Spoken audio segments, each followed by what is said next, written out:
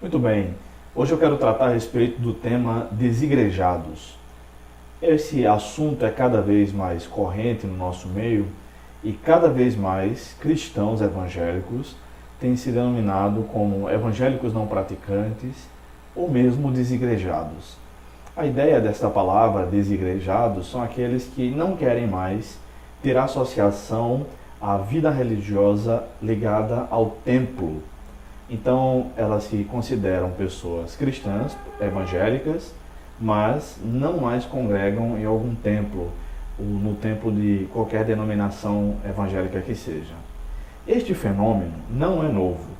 Ele tem raízes no primeiro século da Igreja Cristã, ao ponto do autor da carta aos Hebreus escrever, no que hoje é o capítulo 10, versículos 24 e 25, o seguinte: pensemos em como nos estimular uns aos outros em amor e às boas obras. Não abandonemos a prática de nos reunir, como é costume de alguns. Mas, pelo contrário, animemo-nos uns aos outros, quanto mais vedes que o dia se aproxima.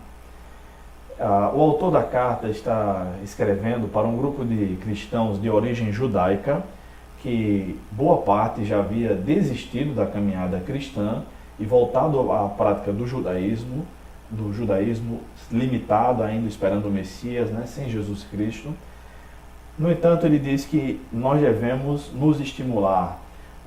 A carta aos Hebreus fala muito sobre o pastoreio mútuo, fala diversas vezes que devemos exortar uns aos outros, estimular uns aos outros, animar uns aos outros.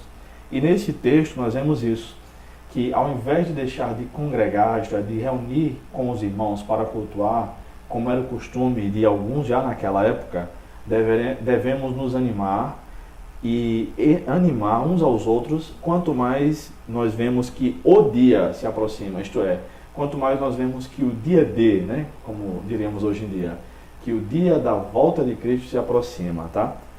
Mas a pergunta é, por que bons cristãos não querem mais frequentar igrejas? E nós podemos obter diferentes respostas para esta pergunta. Alguns ficaram decepcionados com a liderança da igreja, ou mesmo com toda a igreja, é possível, tá? Ou mesmo passaram algum grande constrangimento, ou não encontraram uma igreja que pregava a Bíblia fielmente, mas viram líderes inescrupulosos, pedindo dinheiro a todo momento. Enfim, os problemas com a igreja podem ser diversos.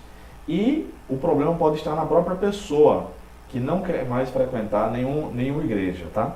É possível. Então, o problema precisa ser identificado, mas ao identificar precisamos correr para resolvê-lo e não apenas parar nessa fase, tá?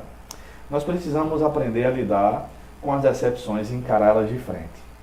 É claro que a Igreja de Jesus Cristo, a igreja invisível, vamos dizer assim, como a teologia sistemática chama, isto é, aqueles que compõem a verdadeira igreja de Jesus, e só ele sabe quem é, são pessoas humanas e são pessoas pecadoras, tá? A semelhança de mim e de você que está me vendo agora, tá? Isso não é nenhuma novidade. O apóstolo Paulo, escrevendo aos Romanos, disse que o bem que ele queria fazer sempre, ele não conseguia, mas conseguia fazer o mal que ele não queria fazer.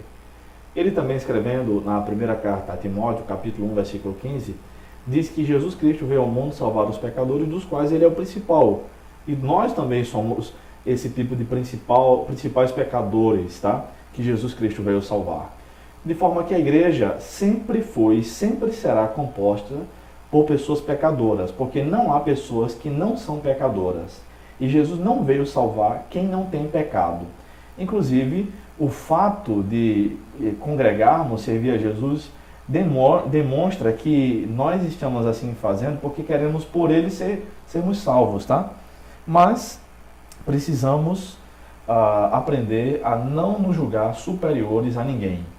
Então é preciso encarar as decepções e é preciso lidar com as decepções de frente. Problemas não são para serem por nós fugidos ou abandonados, mas nós devemos encarar os problemas de frente. Então, o que Deus requer de nós é que haja maturidade e que haja coragem para que encaremos os problemas de frente E mesmo que não seja nesta ou naquela congregação, é importante congregar, é importante reunir com os irmãos, tá? O que é que a Bíblia ensina? A Bíblia ensina, nos versículos que eu acabei de ler, entre outras passagens, que a igreja é um corpo, que a igreja deve estar unida, deve congregar. Nos primeiros dias da igreja cristã, registrado em Atos capítulo 2, nós vemos que os irmãos se reuniam diariamente.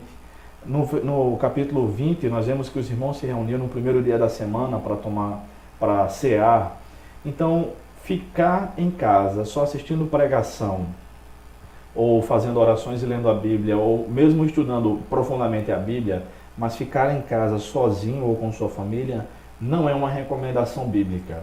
E é melhor entendermos que Deus sabe mais do que nós e que Ele sabe o que é melhor para a nossa vida.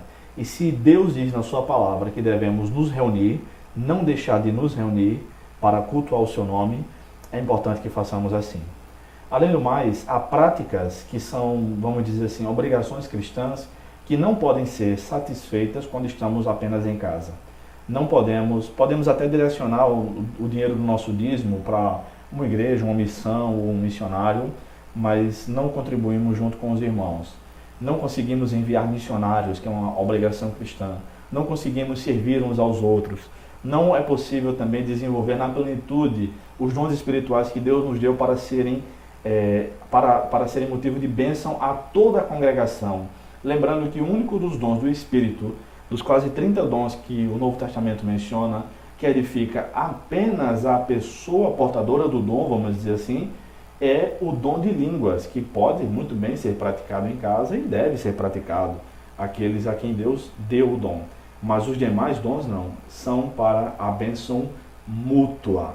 E isso só pode acontecer quando nós congregamos, tá?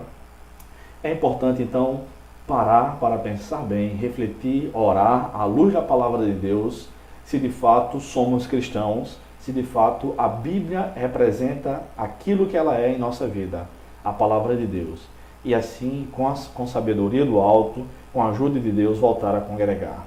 Se este é o seu caso, volte a congregar ainda esta semana.